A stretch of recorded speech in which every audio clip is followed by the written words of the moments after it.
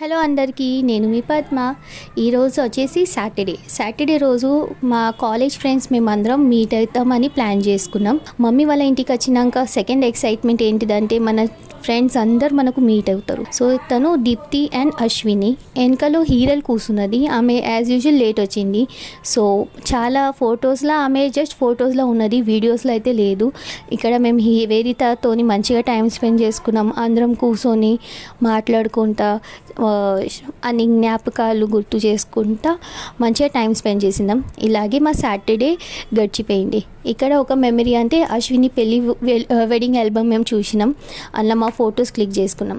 Second day వచ్చేసి Sunday రోజు మా మమ్మీ స్పెషల్ సోయాబీన్ పులావ్ చేసింది.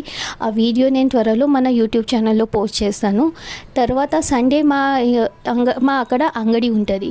సో అంగడిలో వేదితను దొరకపోతే ఆమె చాలా ఎక్సైట్ అయింది, మంచిగా ఆడుకున్నది. తర్వాత వచ్చేసి మండే రోజు శ్రావణ సోమవారం అని వేదిత, నేను ఇంకా మా మమ్మీ దగ్గరలో ఉన్న ఒక శివయ్య టెంపుల్కి వెళ్ళినాం. ఇది ఒక స్మాల్ టెంపుల్ కానీ ఇక్కడ చాలా రష్ ఉంటుంది, మీరు చూడొచ్చు.